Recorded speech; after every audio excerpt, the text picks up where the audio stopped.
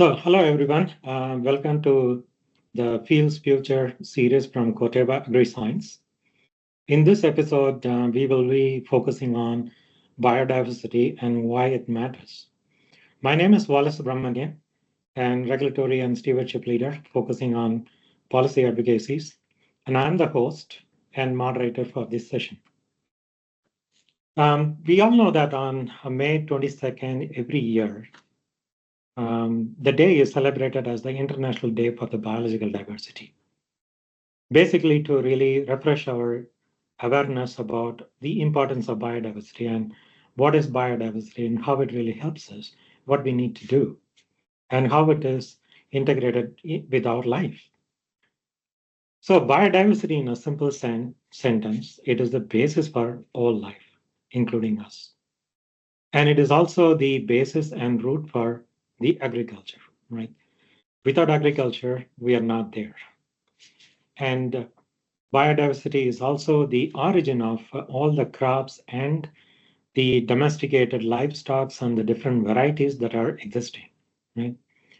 So people at all levels, be it a farmer or local farmer or global farmer, indigenous communities, public and private players, we're all using the biodiversity to improve the food system, to increase the food production, and also make the agriculture more resilient and stable and for in a sustainable way for the present and future, right? With so much of importance that biodiversity has in our life, its maintenance is very, very essential in order to ensure our sustainable livelihood, right?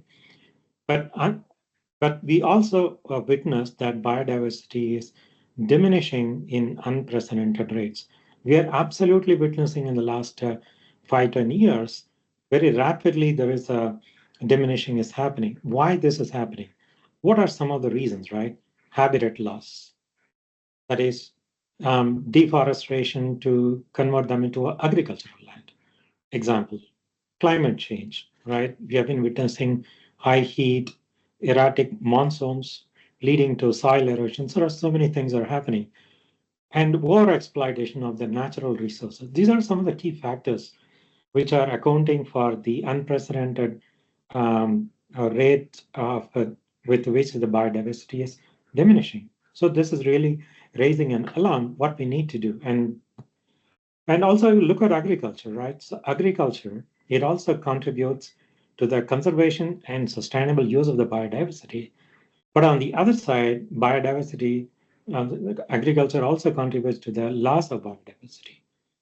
So with this kind of a background, and in today's episode, we have a distinguished guest, Prarthana Borah, to discuss about why biodiversity matters, right?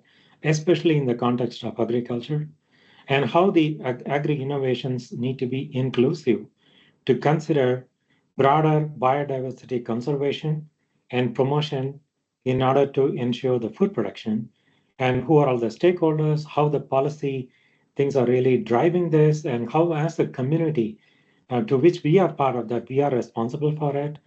And all these kind of points, let's discuss in the next next half an hour or so. So let me welcome Prarthana Borah. Prarthana Borah is the Vice President Sustainability with Momentum India.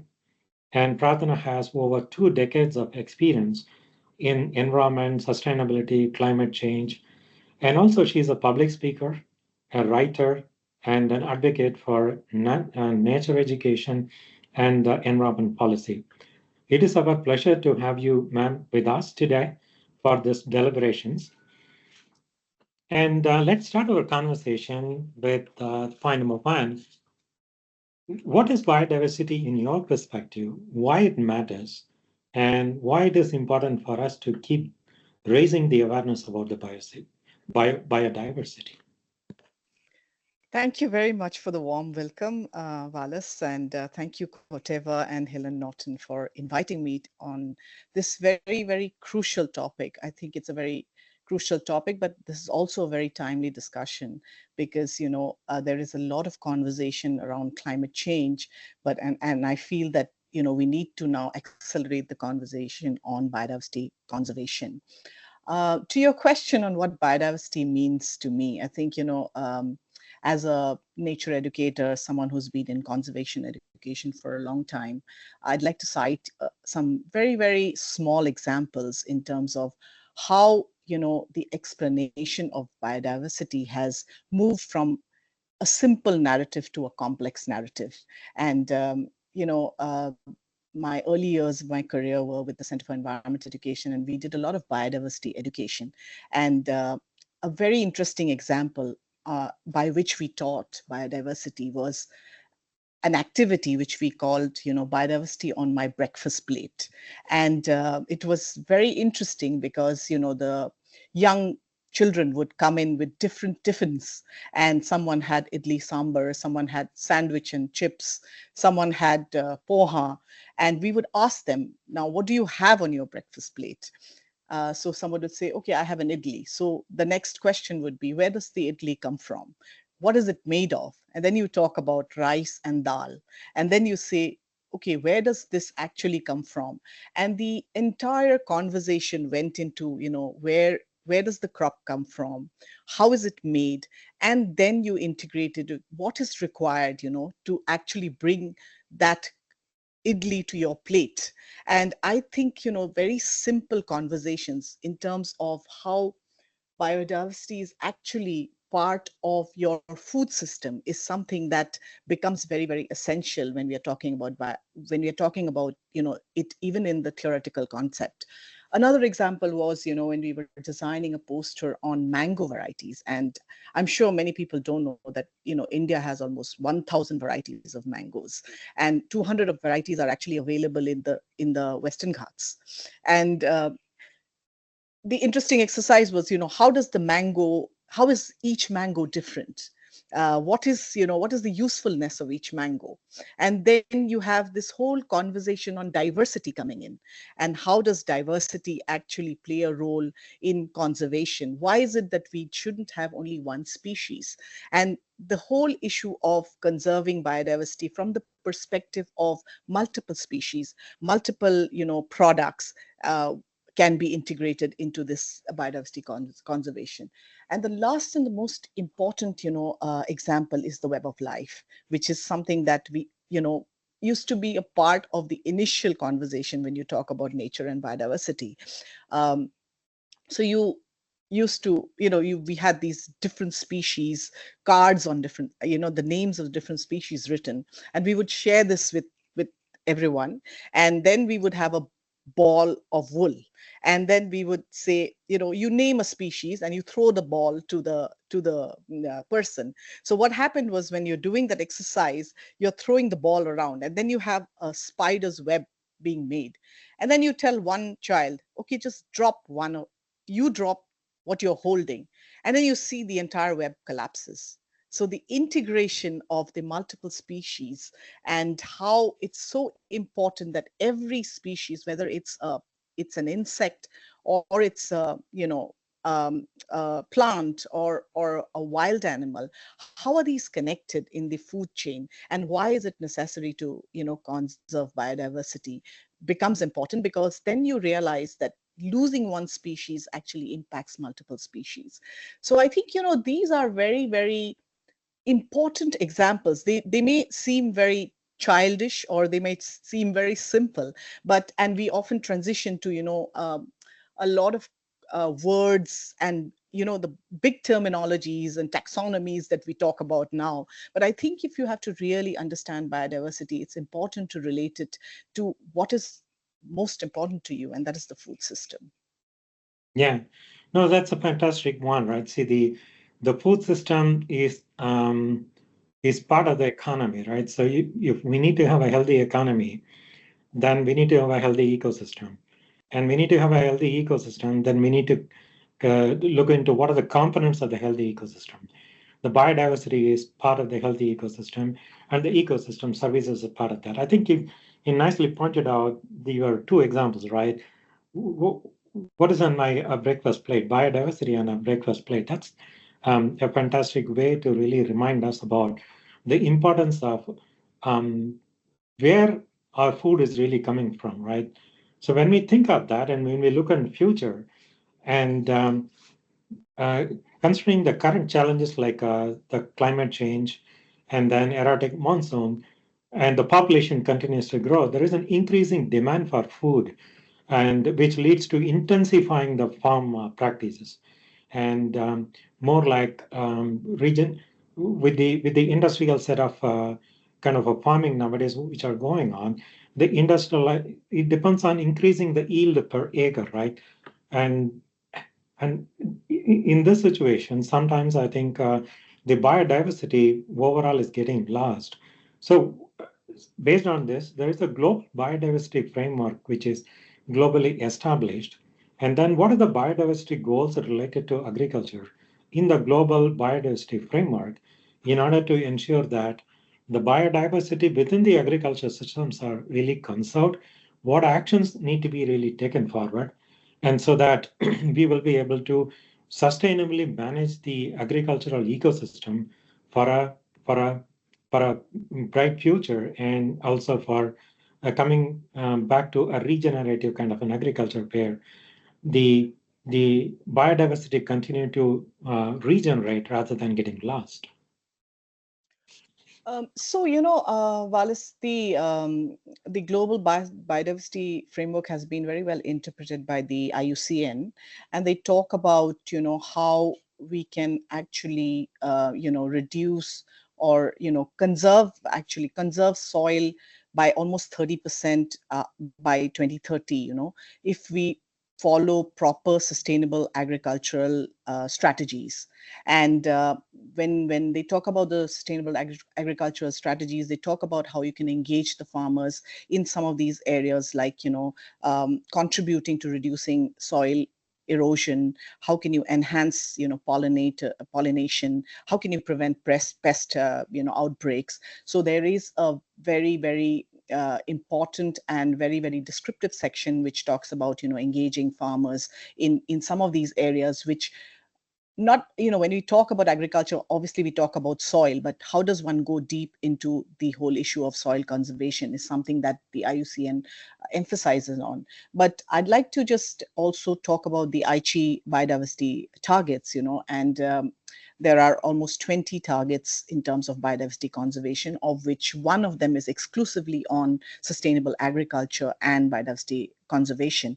And this particular, target, the Aichi 10, it actually talks about, diversification in terms of agriculture, in terms of protecting not just, not only protecting the ecosystem and the health of the natural ecosystem, but also in terms of protecting the economics of the farmers, because diversification is absolutely essential if we look at what we are dealing with in terms of climate change also. But I think we need to also go beyond that specific target, Aichi target 10, which talks only about, sustainable agriculture, to other targets. Because, if you look at, Aichi target 8, which is on climate change, it touches about on conservation of biodiversity and links it to many other issues as far as, agriculture and biodiversity is concerned. And similarly, you have the Aichi target 16, which talks about minimizing waste and reducing consumption, which automatically brings us to the issue of food waste, which again, you can connect to sustainable agriculture and biodiversity conservation. But I think one of the very important ones is the Aichi target 14, which talks about integrating biodiversity in all decision-making processes. And that is where I think it's very important for scientists and people like ourselves who are working on biodiversity to kind of bring out a narrative where we bring in the issue of biodiversity conservation in decision making, because that would actually enable bringing in multiple stakeholders, including policymakers and other communities who are involved, the research community, the scientists, and how does one, bring in these elements. So I think, what happens is when you have something like a global biodiversity framework, you automatically tend to scan it and say, okay, where is sustainable agriculture? And then you look at the goals for, sustainable agriculture within a specific target. But I feel that, it would be very, very helpful for the scientific community to look at some of the other targets and see how you could integrate biodiversity conservation that is being mentioned in these other areas like sustainable consumption, and link it up in terms of how it could benefit something like a sustainable agricultural process. Yeah, when talking about integrating biodiversity, that's an interesting aspect, because when I listen to that integrating biodiversity in our in all aspects, the word that comes to my mind is it about mainstreaming? Are we really mainstreaming the biodiversity in agriculture, starting from practices to policies, right? So, um, in my view, I think even though so much is being talked about the integration of all aspects, but still we are not yet there. So, what do you think about it? And then, who the players that need to be part of this, and what are their role? We touched upon the scientific community, and the scientific community try to bring new crop varieties and then new system to do the soil conservations and environmental friendly solutions. One side while this is happening, and the other side is about we are in a situation to educate the different stakeholders in the value chain, people who use that, people use who also consume, and also we need support from policymakers. That is why mainstreaming is very, very essential. But the mainstream concept is at present, I don't know how successful we are with mainstreaming. Can you throw some light on that? That is the mainstreaming happening? What is this current status? And how, looking at the global and the country level, and what actions need to be taken, looking at the current status? So I think, there is some element of mainstreaming. It's not like it's absolutely not being done. But over the years, what's happened is the environmental debate has become very sectorized, and we have specialists in many, many, different areas. So it's like, I always compare it to medicine. You have a doctor of medicine and you have a doctor of so many multiple areas. And what happens? Do we need both? Of course we do. So I think we need the specialists, but I think what is missing right now is we need to get back the conversation on how biodiversity is important for you as an individual, for me as an individual.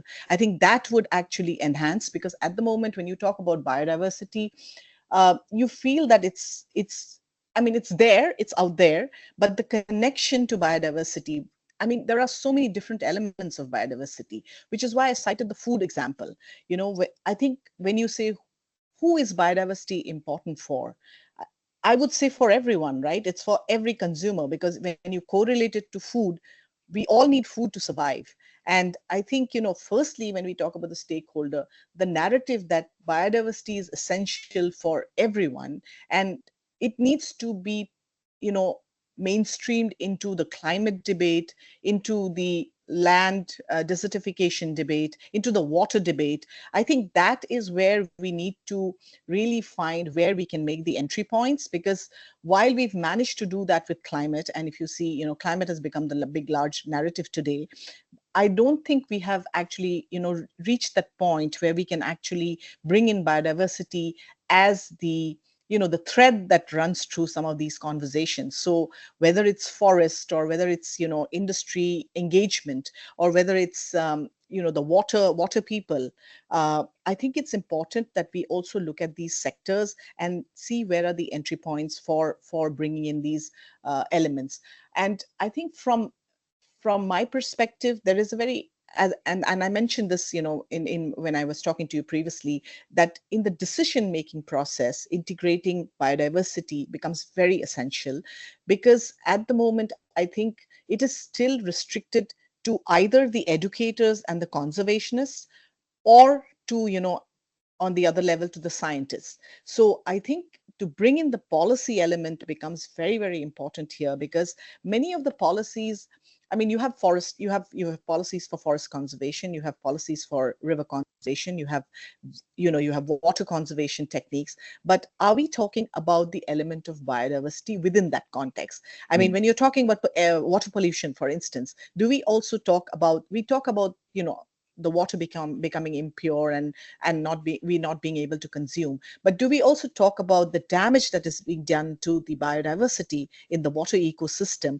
which is going to be impacting us? So I'm not very sure how much we are getting into specific research like that, and that is where probably there is a huge opportunity where we need to look at, how we could look at research in terms of the impact of biodiversity on some of these elements, which are, our basic needs. So that is an area probably which could be really worked on. Yeah, I mean, looking at this, when we talk about biodiversity and the impacts and the awareness and our role as an individual, as a community, so it's more like a collective way that we need to start engaged in taking care of this conservation under these challenges that we are facing today, including the climate change.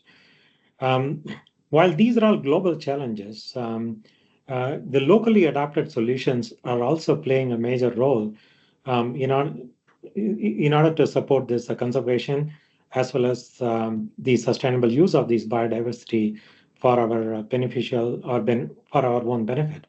In such cases, is there any example that you can cite on how locally adapted solutions, either it could be a stakeholder engagement or any kind of simple examples, which is really driving how the locally adapted solutions can really support the global call on how we want to take the biodiversity and its conservation? So I think I want to approach this question slightly differently, because I think as a country, we have, always been a country which has a lot of cultural and traditional practices that has been, has pioneered sustainable agriculture. And I think, there's an opportunity there in terms of scaling some of these opportunities. Let me just take the example of, the agricultural practice of the Apatani community of Arunachal Pradesh. They have traditionally followed a practice where they do paddy cultivation with pisciculture, and it is a traditional practice where, the fish is reared between the paddy fields, and automatically this manure is being used within the paddy fields. Now, that's a very natural process, and it's a very successful process. I think it's been quoted in several scientific journals. But my question actually is that how does one scale opportunities like that? There are several opportunities. In South India, diversification of crops was a traditional practice because the farmers believed in, multiple cropping and different, growing different crops, because it was good economics for them, because at that one point of time you need that, right? So I think there is a need to look at some of these practices and see how we could translate these to scale. Because I think whenever we talk about scale, we talk about technology, and not necessarily all the solutions are in technology. I'm not saying technology is not helpful. Of course it is, but there is a need to identify key practices. I look at the whole issue of how traditionally, pest control was done.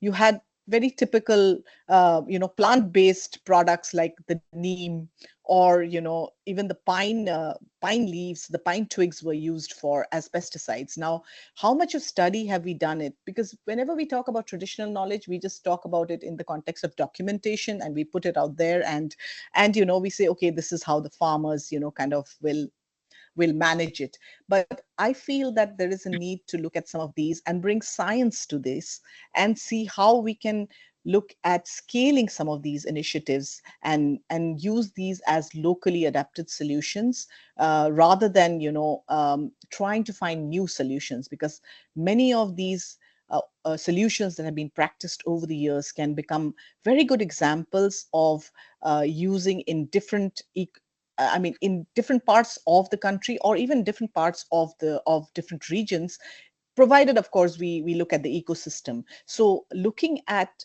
science and finding a way to marry traditional knowledge practices and encouraging more conversation between the traditional practitioners and the scientists, I think would also give us several local solutions. And I feel that, India needs to, kind of start a leadership role in that and bring these kind of solutions to the rest of the world.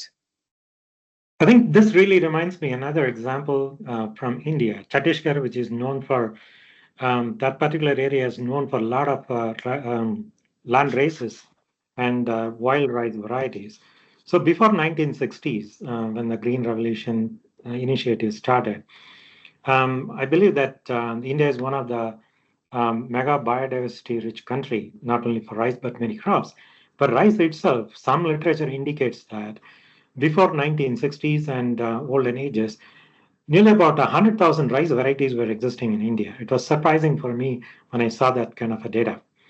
And half late, I think the diversity has really diminished. And in Chhattisgarh, I think somewhere in 2005, the tribal women farmers, right? So they were very keen on. There is one particular rice variety. We all know about basmati, but how many of us know about something called Jeera full? It's called a Jeera full. So that's another aromatic indigenous superfine rice variety that's predominantly there in that land race, right? So it is almost getting vanished. But 2005, a small group of tribal women farmers, I don't remember that exact area, but I believe that is Sarguja district of Samer. They came together. They started a small initiative to really conserve it, right? So it started with a small initiative. And then today, I think it has grown to a very big level that that was recognized more by our government as well. The Protection of Plant Varieties Authorities, that PPVFRA authorities, they gave a registration and to protect that intellectual property and the traditional knowledge. This also got a geographical indication for this. So now this has been scaled up to so for somewhere from a few kilogram to a few metric ton right now. Locally, it's being used, and I understood that there is also it has a big value among many of the consumers. So this is another example where the the rural folks, right? They bring the traditional knowledge. They are also the custodians of this kind of land races, and what they need is, and you touched upon the science. I think for them, how we can actually provide a scientific tool to do a large scale up, and then also protect those from these changes like a climate change, whether the same variety can exist with a high heat or not. So this is where I think the scientists can really help to bring new technologies to help those kind of land races continue to be conserved moving forward with these kind of changes happening. That's a great example what you talked about rice. Talking about that, I think that really makes us to go to the next point about the, the capacity building and knowledge sharing, right? When we talk about the knowledge sharing, the both examples what we discussed today, even though local, and but the same thing, the small events which are happening in different parts of the world, they are actually supporting that global biodiversity framework number 10 about how do we conserve the biodiversity. It's not only about conserving the biodiversity, but also getting the old knowledge which is existing in the domain and bringing it, amplifying it, and also taking that knowledge and, as you said, marrying that to the science and technological advancement, and then amplifying that at the global and national and international level. That would actually bring a lot of visibility and awareness how these local solutions would be foundation for conserving the biodiversity, because we can't have one size fit all solution globally, because what works for the northern part of the world may not work because we have a diverse ecosystems. So talking about that and the capacity building and knowledge sharing, either locally or globally, is playing a major part. So that would be our next point of discussion about, and how do we, because these two are capacity building and knowledge sharing is a continuous activity, right? And this is a critical element, and who the players are into that. Can you talk about who the players that we should consider when we talk about capacity building or knowledge sharing, and then how those engagement could really help the actual custodians of agriculture biodiversity? When I talk about capacity building and knowledge sharing, maybe who the custodians are, or what is our role? Absolutely. I think that's a very important question. And I think you will agree with me that, for our generation, we grew up, the first TV program that we grew up with, it was Krishi Darshan. And we used to watch it on television because not because, we were interested in agriculture, but because there were no other programs. And that was the first DD program that we used to watch. And it used to be a very interesting model where you first use television to reach out to the agricultural community when television first came in. So I think it's important for us to realize that digitization is not just for the city and for the young people who are using Instagram and Facebook. But I think in terms of capacity building, there is there is there are ways in which we can connect to the farmers by using some of these new technologies that are in place. And that is where I feel that we also need to create a connect between the technologists and the communities, because at the moment I feel technology is, I know the energy debate is reached that position. So whenever you're talking about, energy and you're talking about sustainability, then you immediately talk about technology, which is, looking at energy conservation and energy efficiency. So I'm very, very optimistic that, we need to reach a stage where we start talking about technology in terms of biodiversity conservation and agriculture, sustainable agriculture. Just wanted to cite an example of of global practices, like where drones are being used for reforestation. Because ultimately, if you look at it, reforestation is one of the best solutions as far as saving the ecosystem, protecting the ecosystems is concerned. And I was reading something a couple of weeks back where drones are being used because then they can approach large areas in terms of seed, depositing seeds, because that enables you to access a large area. So I think there are technologies like that which can be translated to promote sustainable agriculture. But that is where I think we need to look at how we can capacity build our farmers, because today, if you look at something like the digital payments, it is something which is really, really a successful experiment which has reached multiple stakeholders. I mean, even your vegetable vendor is ready to take a digital payment. I think that is a success story of the use of technology. So what if we look at the whole area of apps and drones and looking at digital platforms for knowledge sharing, and working on ways in which we could engage the information technology community to support our farmers to look at diversified income by making available different kind of agricultural practices, looking at market opportunities through digitization, also educating them on global frameworks and global regulations, because that is a big risk to the farmer community now, because globally there are so many frameworks which are now asking for sustainability in the practices. How does one look at engaging with these communities? So I think when we talk about capacity building, it's not just about just giving a lecture or creating an awareness program, but also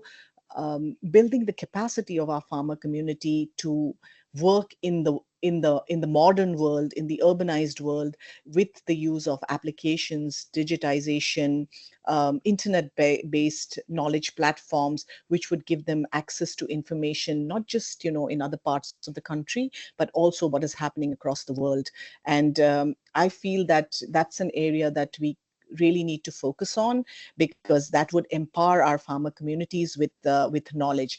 And when I talk about digital platforms, I also want to focus on localizing this. So I mean, the language becomes very important, the mode of communication becomes very important. So we also need to take into consideration, and I think today that's very much possible. If you look at how much we are using communication to just promote ourselves, with all these multiple platforms, why can't we use it for knowledge sharing, or even using it to talk about practices that can promote the farmer economy, the agricultural economy, in a more sustainable manner?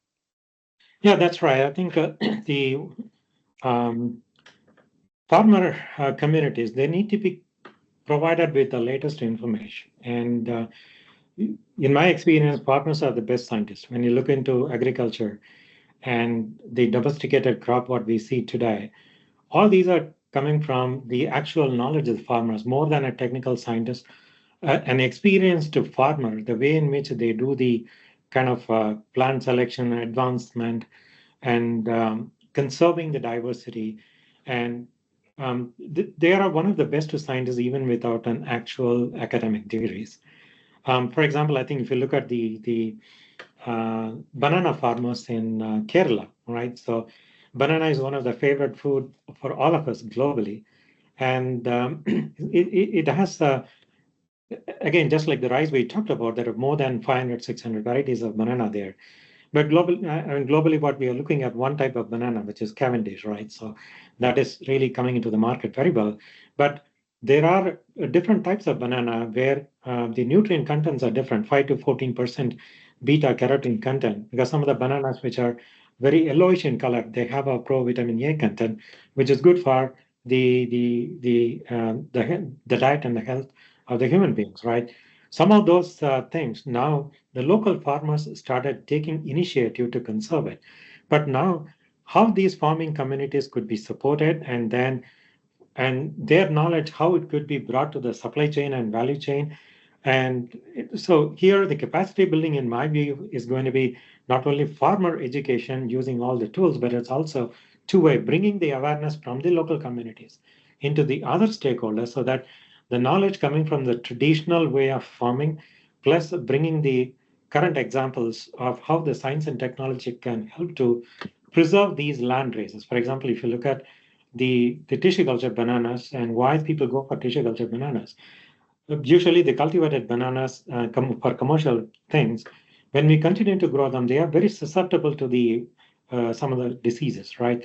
That's the reason now people go for the tissue culture banana in order to ensure that the previous clone is not carrying the disease. And this is where the technology really advanced, really helped the farmers to really conserve them. Now, looking at the effort of what the Kerala farmers are doing to conserve the banana diversity, now our scientific community is really bringing the knowledge to the farmers and educating them how, in a better way, considering the current pest and uh, disease situation, because the pests and diseases with the evolving climate changes, they are also evolving. So new solutions are really being brought to them, including seed treatment and then new way of a disease tolerant varieties. So I think the farmer education continuously needed, and definitely these digital world, including this artificial intelligence, which is really coming up right now, that can really help us to advance the farmer communication, parallelly bringing the knowledge from farmers into the other societies.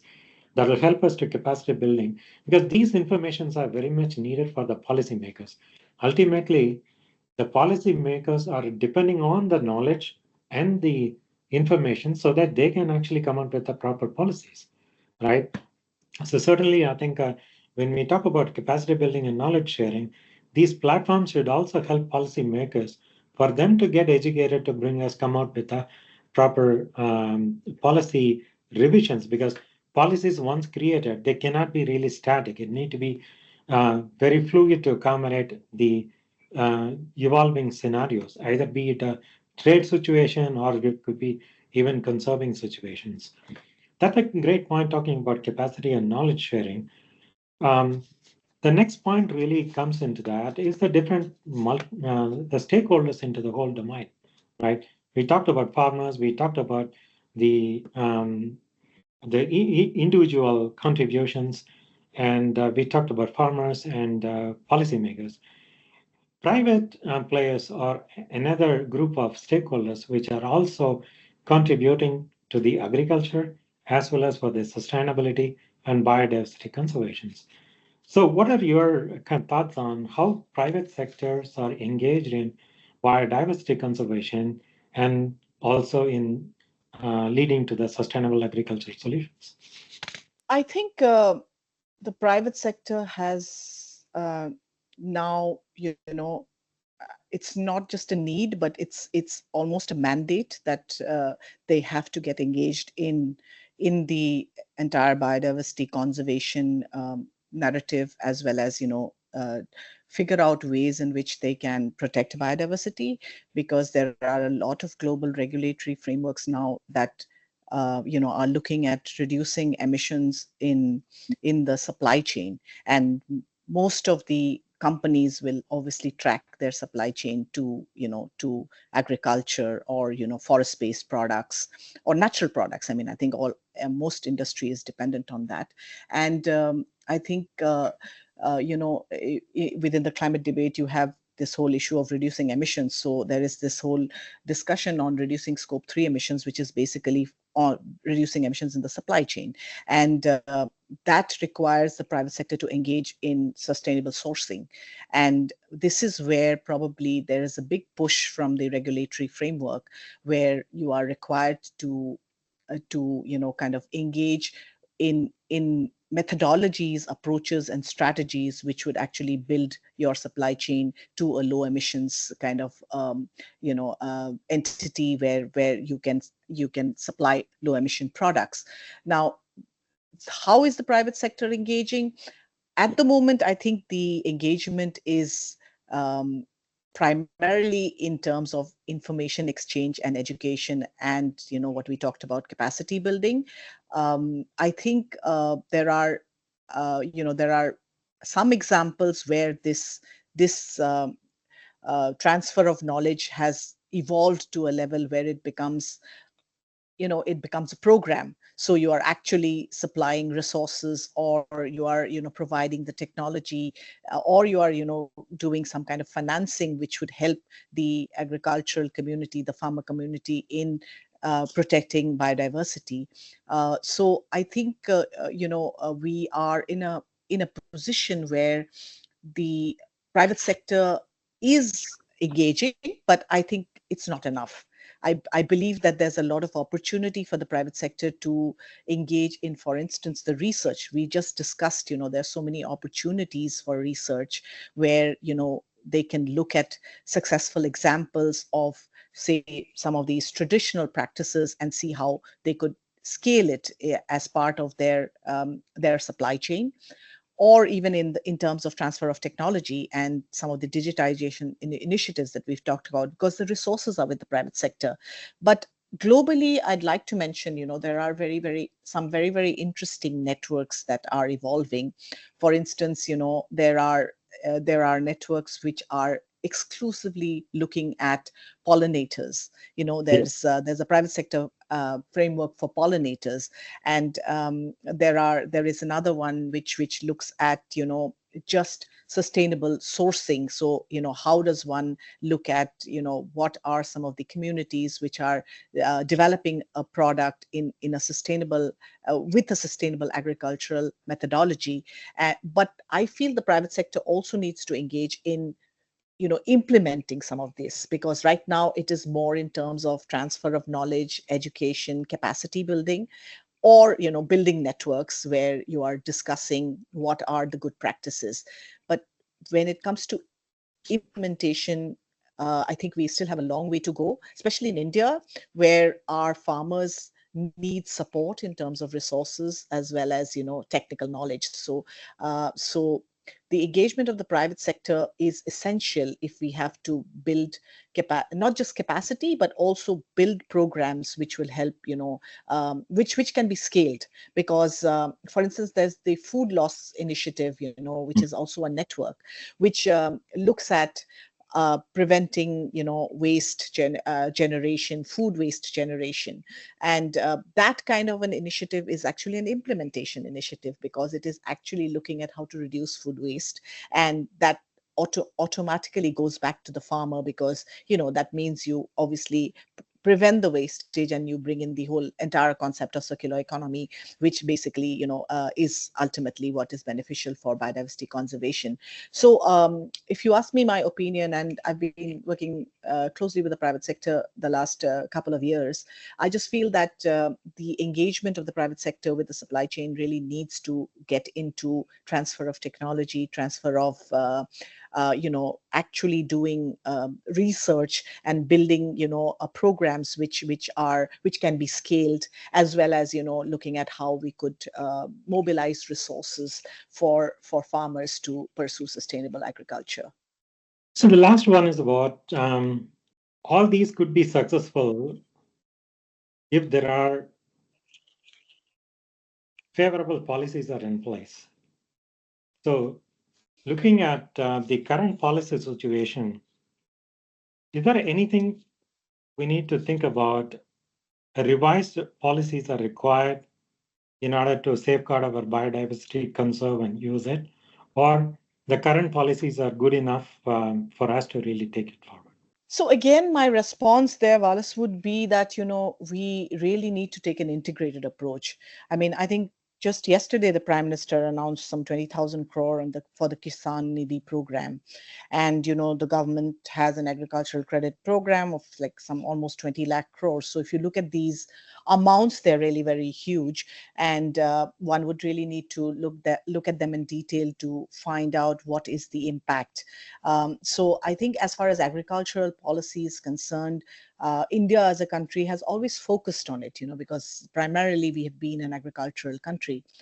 But I feel that, there are also other policies which can benefit the agricultural community. For instance, if you look at the Minister of Environment's Green Credit Program, I mean, how much of that is aligned with agricultural benefits? And how does one look at, an opportunity there in terms of looking at investors and banking communities to focus on this? Because at the moment, the green credit system is driven by investors who are thinking about investments in the industry, and it's primarily designed because global frameworks kind of it's based on global frameworks, so the narrative is usually around industry. So how does one look at some of the alternative policies that are there?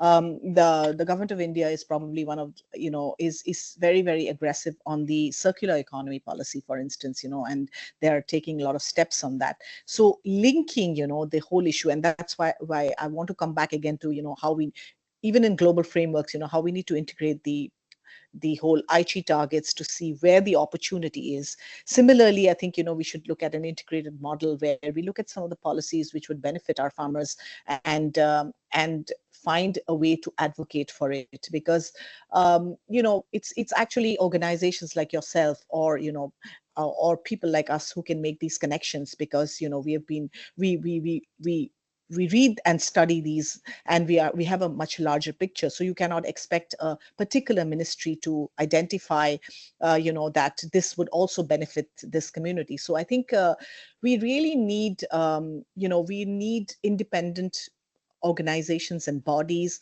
and forums like this, which actually promote thought leadership in terms of integrating some of these policies and finding out where the opportunities lies. Because the responsibility of a sustainable future doesn't lie on the government only. It is also people like ourselves, as well as every individual. So I think identification of opportunities, assessment of policy, and and where the impact has been, and scaling and also identifying opportunity within these policies may be the right way to go as far as as far as the whole government policy for sustainable agriculture is concerned.